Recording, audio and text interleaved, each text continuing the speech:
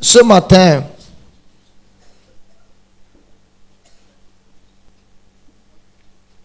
j'avais parlé des clés pour se connecter à la bénédiction. Ce matin, je vais parler de ce que la bénédiction de l'Éternel fera dans votre vie. Et je ne vais pas donner un long message parce que je vais avoir le temps pour ministrer dans les vies. Lisons 1 Chronique 17. 1 Chronique 17. 1 Chronique 17. 1 Chronique 17. 1 Chronique 17. À partir du verset 26-27.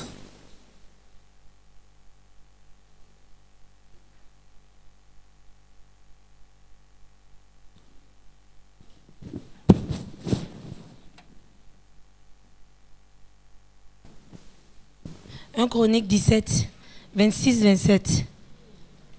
Maintenant, ô Éternel, tu es Dieu et tu as annoncé cette grâce à ton serviteur. Veuille donc bénir la maison de ton serviteur afin qu'elle subsiste toujours devant toi. Car ce que tu bénis, ô Éternel, est béni pour l'éternité. Amen. Voici David qui... S'il vous plaît, quand un enfant pleure, sortez-le. Parce que David qui, à un certain moment de sa vie, qui était le roi en Israël, Dieu va faire un de ces jours, le temple sera construit. Je vais construire quelque chose pour les femmes qui ont d'enfants vitrés en haut, quelque part là-bas. C'est ça, non? Mona Room. David qui était roi et David a compris quelque chose qu'il essaie de partager avec nous. David a été un homme de guerre toute sa vie.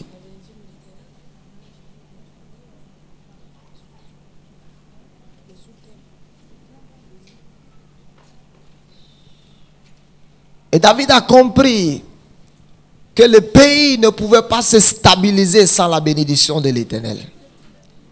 David a compris que sa vie ne pouvait pas se stabiliser sans la bénédiction de l'Éternel. Ce matin, le ciel va te donner ce qui va stabiliser ta vie. Ce qui va stabiliser ton mariage va descendre ce matin. Ce qui va stabiliser tes affaires viendra dans ta vie ce matin. Ce qui va stabiliser ta vie spirituelle viendra dans ta vie ce matin. Alléluia, parce que la stabilité n'est pas un produit de la force ou de calcul de l'homme.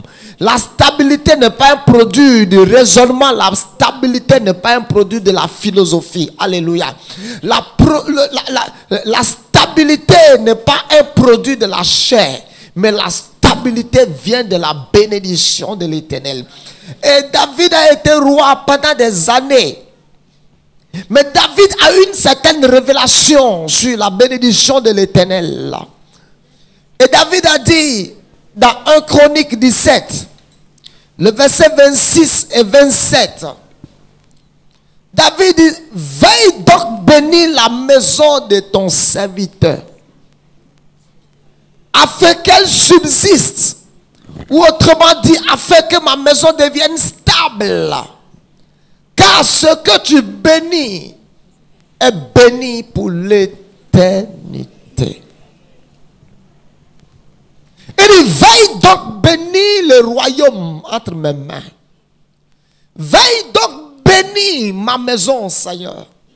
Parce que sans ta bénédiction, le pays ne sera pas stable. Sans la grâce de Dieu, ma vie ne sera pas stable. Et David dit, Seigneur, veuille bénir ma maison. Parce que j'ai besoin de stabilité dans ma vie. Ce qui veut dire, écoutez-moi, ce qui rend la vie de l'homme stable n'est pas le produit de la capacité humaine.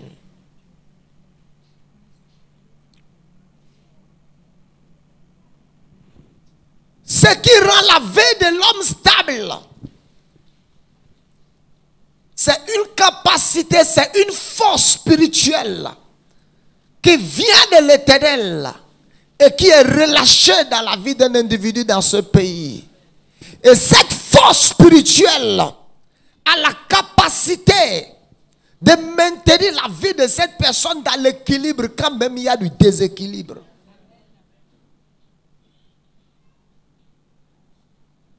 La bénédiction de l'Éternel a la capacité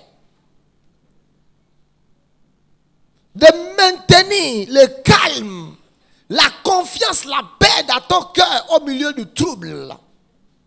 Et David dit, Seigneur, veille donc bénir la maison de ton serviteur, afin qu'elle soit stable, qu'elle subsiste. Car ce que tu bénis est béni pour l'éternité. Si je retourne dans mon introduction, en regardant à l'explication que j'avais donnée à la bénédiction de l'Éternel, telle que je l'avais expliquée, ce n'est pas la maison, ce n'est pas la promotion, ce n'est pas le mari que Dieu t'a donné. La bénédiction n'est pas l'opportunité. Toutes ces choses sont les produits de la bénédiction. Alléluia. Lisons Proverbe 10, verset 22.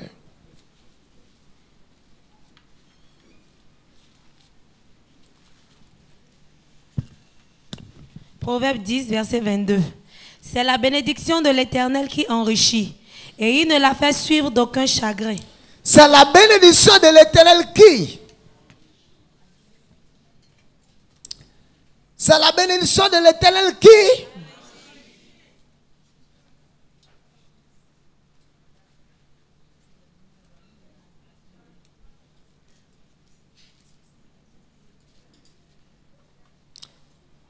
Il y a seulement un message pour toi ce matin.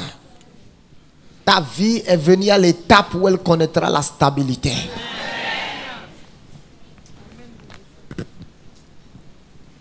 Et c'est la bénédiction de l'Éternel qui rend riche. Donc selon Proverbe 10, verset 22, la bénédiction de l'Éternel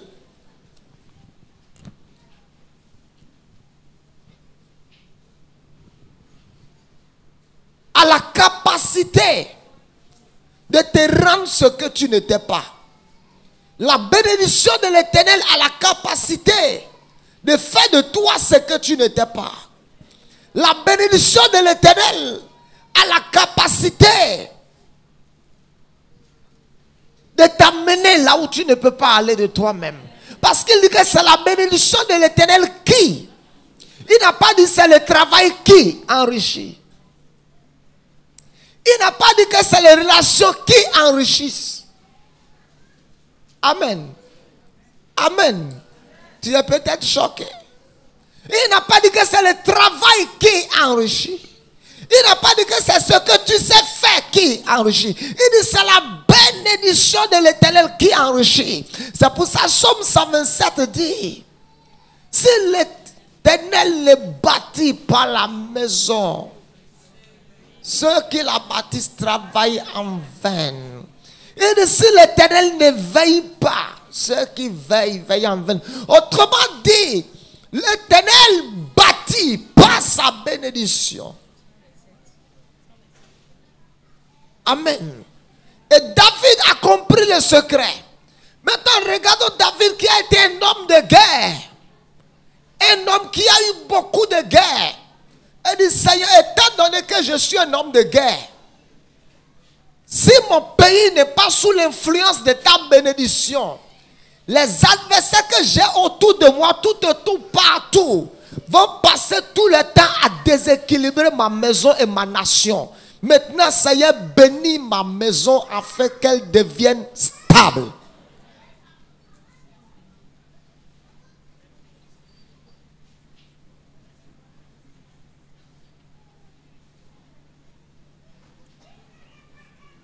Lisez-moi de Samuel chapitre 7,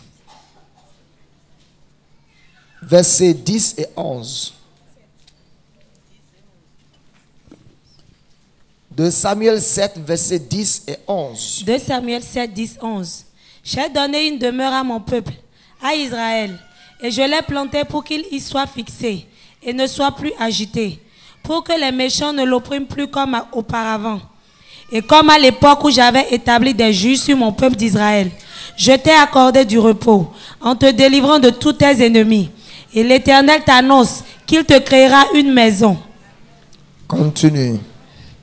Quand tes jours seront accomplis et que tu seras couché avec tes pères, j'élèverai ta postérité après toi, celui qui sera sorti de tes entrailles, et j'affermirai son règne. Ce sera lui qui bâtira une maison à mon nom. Amen. Dans 2 Samuel chapitre 7, Dieu parlait à David. Il dit, j'ai donné une demeure à mon peuple. Dis une demeure. Écoutez-moi bien. Il dit ensuite, je l'ai planté. Amen. Écoutez maintenant. C'est bon de se marier. Alléluia. Mais c'est encore très bon si tu es planté dans ton mariage. Hein? C'est bon d'avoir du boulot à l'ONU. Mais c'est encore bien si tu es planté là-bas. C'est très bien de commencer à commerce au marché. C'est encore très bien d'être planté dans les marchés. Praise God. Ah. Il dit, j'ai donné une demeure à mon peuple. Il dit ensuite, je l'ai béni, autrement dit, je l'ai planté. Ce que je lui ai donné, là où je l'ai amené, je l'ai établi là. Je l'ai planté là, afin qu'il prenne racine. Il dit, pourquoi?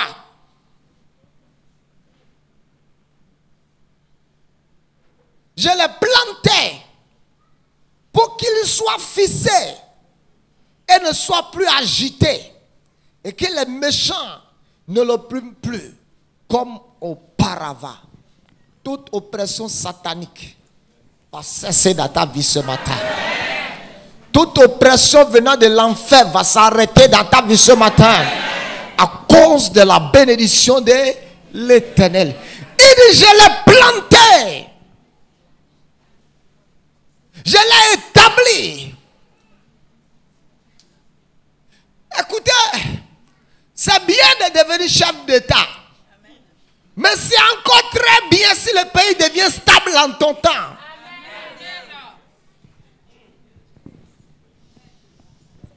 You need a blessing. I say you need a blessing. You need a blessing. You need a blessing. Et je suis venu ce matin avec le manteau de la bénédiction. Je suis venu ce matin avec le manteau de la bénédiction. Je suis venu ce matin avec le manteau de la bénédiction. Afin de pouvoir relâcher la bénédiction dans la vie de quelqu'un. Oh, une bénédiction viendra dans ta vie ce matin. La grâce de la stabilité viendra dans ta vie ce matin. Maintenant, écoutez. David a compris. Le secret de la bénédiction, c'est ce qui cause l'instabilité.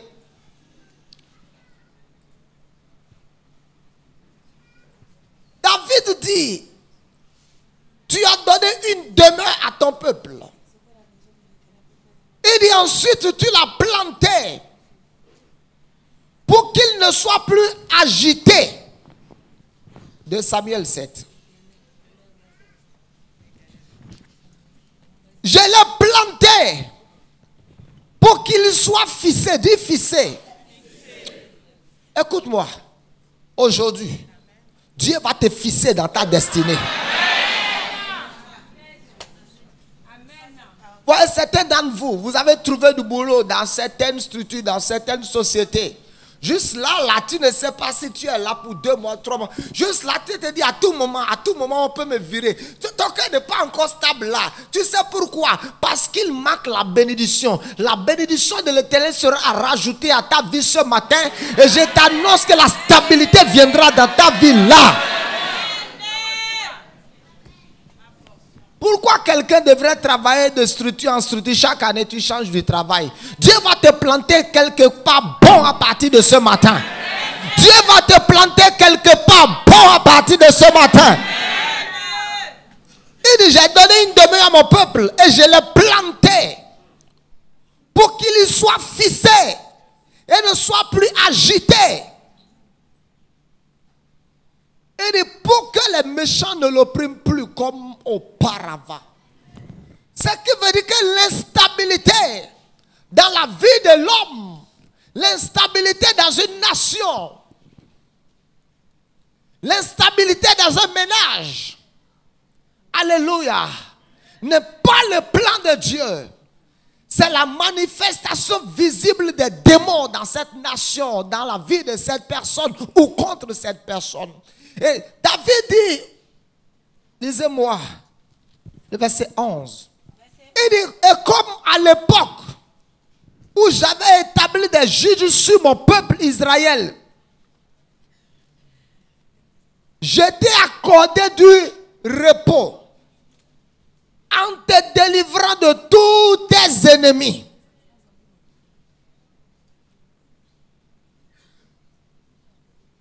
Il dit, je t'ai accordé du repos en te délivrant de tous tes ennemis.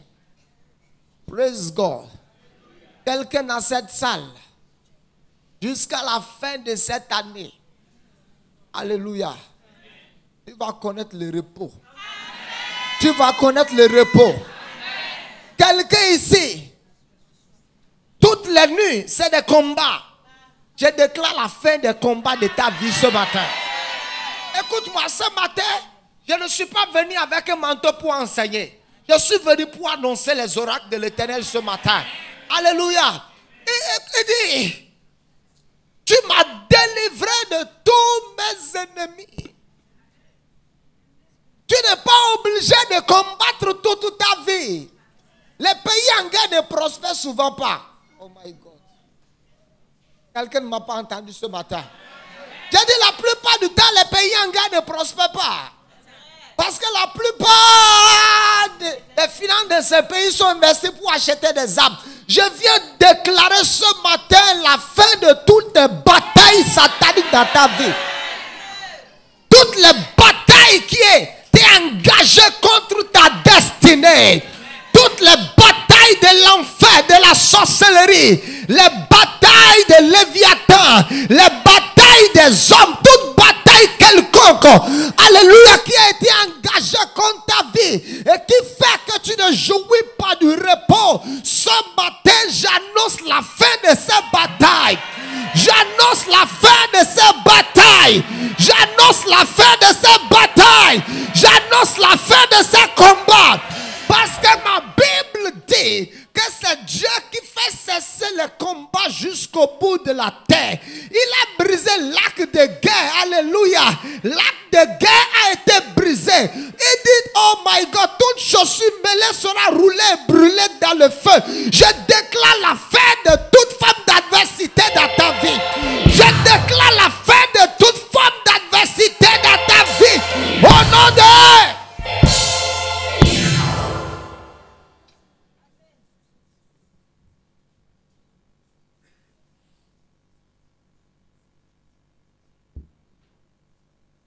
Tu n'es pas obligé de vivre toute ta vie chrétienne dans le combat. Dis Amen. Amen. Amen. Je ne sais plus quoi combattre. C'est la vérité. Praise God. Je ne sais plus quoi combattre. Tu sais pourquoi? Il y a longtemps, Dieu m'a donné du repos. J'ai dit, il y a longtemps, Dieu m'a donné du repos. Et je vis dans la zone de repos. J'ai dit, je vis dans la zone de repos. Et tu peux aussi venir dans la zone de repos ce matin. La bénédiction de l'Éternel peut t'amener dans la zone du repos. Écoute-moi, ce n'est pas tous les pays de la terre qui sont en guerre. Il y a des pays qui n'ont jamais connu la guerre, qui ne connaissent pas la guerre. Il y a longtemps, ces pays ont traversé la guerre et ont décidé de ne plus jamais se livrer à la guerre. Ces pays, ces nations jouissent de la paix. Et c'est ça que je suis venu t'annoncer ce matin. Je suis venu annoncer à quelqu'un ce matin la fin de toute forme de calamité dans ta vie. Je suis venu annoncer à quelqu'un la fin de toute forme de calamité dans ta vie. Afin que la bénédiction de l'Éternel amène le repos dans ta vie. Que la bénédiction de l'Éternel amène la stabilité dans ta vie. Que la bénédiction de l'Éternel puisse te planter. Que tu sois fixé, que rien ne te fasse plus courir de gauche à droite. Que la bénédiction de l'Éternel amène la stabilité dans ta vie. Au nom de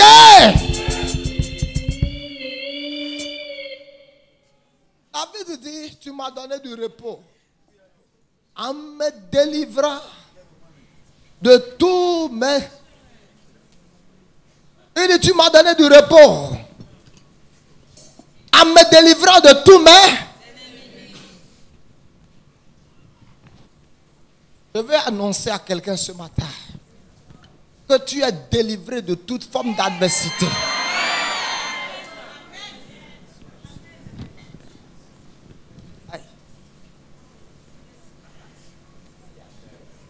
Écoutez, actuellement, il y a des pays en guerre. Mais il y a d'autres pays. Depuis plus de 50 ans en arrière. Alléluia. Ont dépassé la zone de la guerre. Et sont dans la zone de la construction, de la stabilité.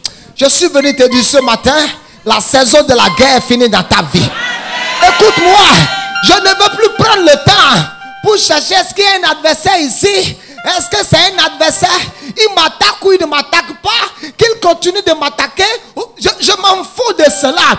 Dieu m'a dit qu'il m'a donné du repos.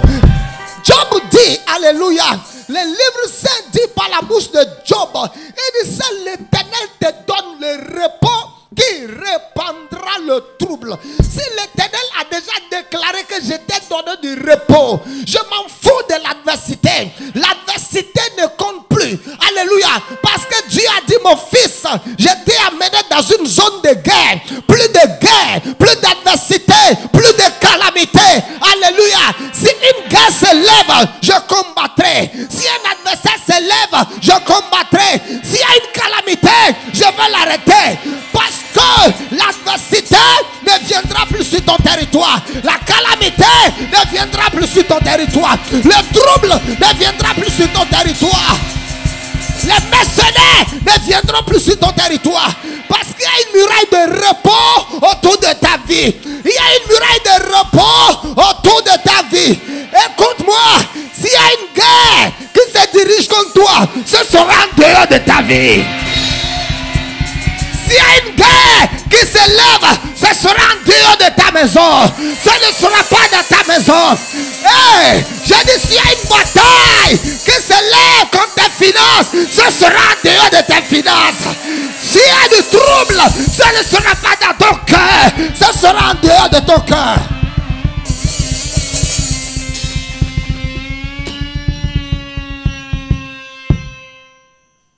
Oh, merci.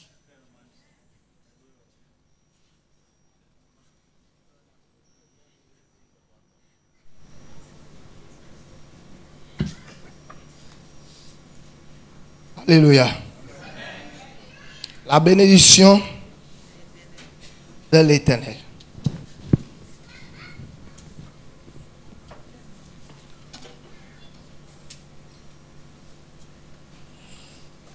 La bénédiction de l'Éternel ce qui rend la vie de l'homme.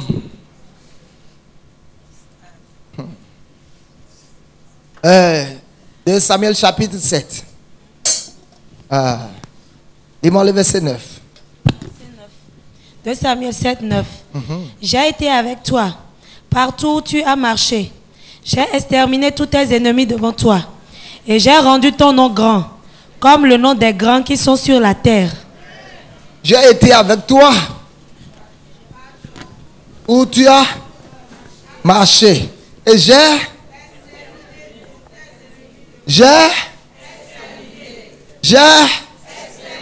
considère ce matin tous tes ennemis exterminés. Écoute-moi, s'ils sont encore vivants, Dieu a déjà dit que vous êtes exterminés.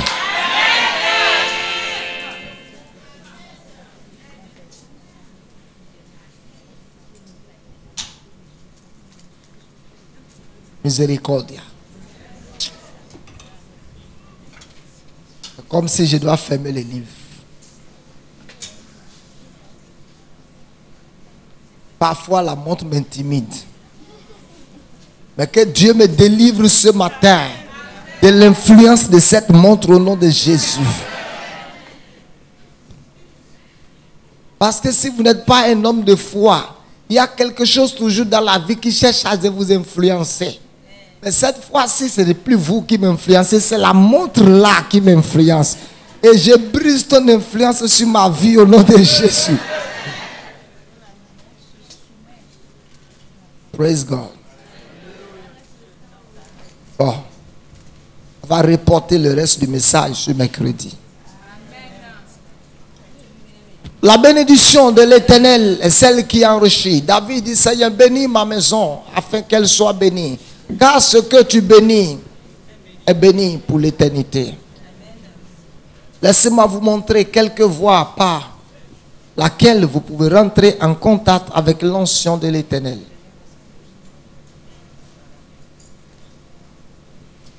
Vous pouvez rentrer en contact avec la bénédiction de l'Éternel.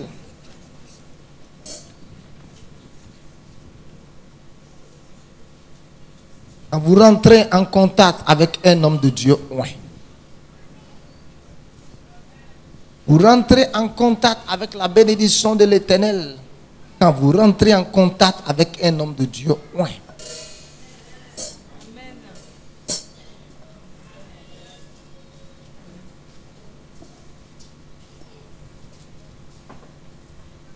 Vous rentrez en contact avec la bénédiction de l'Éternel quand Jésus vient dans votre vie.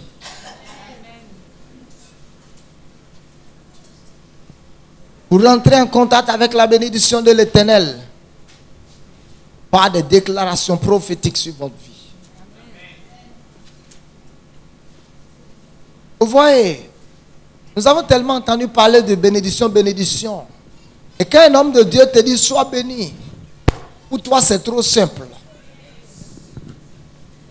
Alléluia. Mais c'est trop fort. Dis c'est trop fort. Parce que ce mot même bénédiction. Oh, c'est une bénédiction. C'est une bénédiction. Sans comprendre le sens. Lisons. Une bénédiction spéciale viendra sur ta vie ce matin. Amen. Au travers de l'onction et de la puissance de Dieu. Et je suis venu ce matin afin de pouvoir ministrer la stabilité dans ta vie. Je suis venu ce matin. Tenons-nous debout.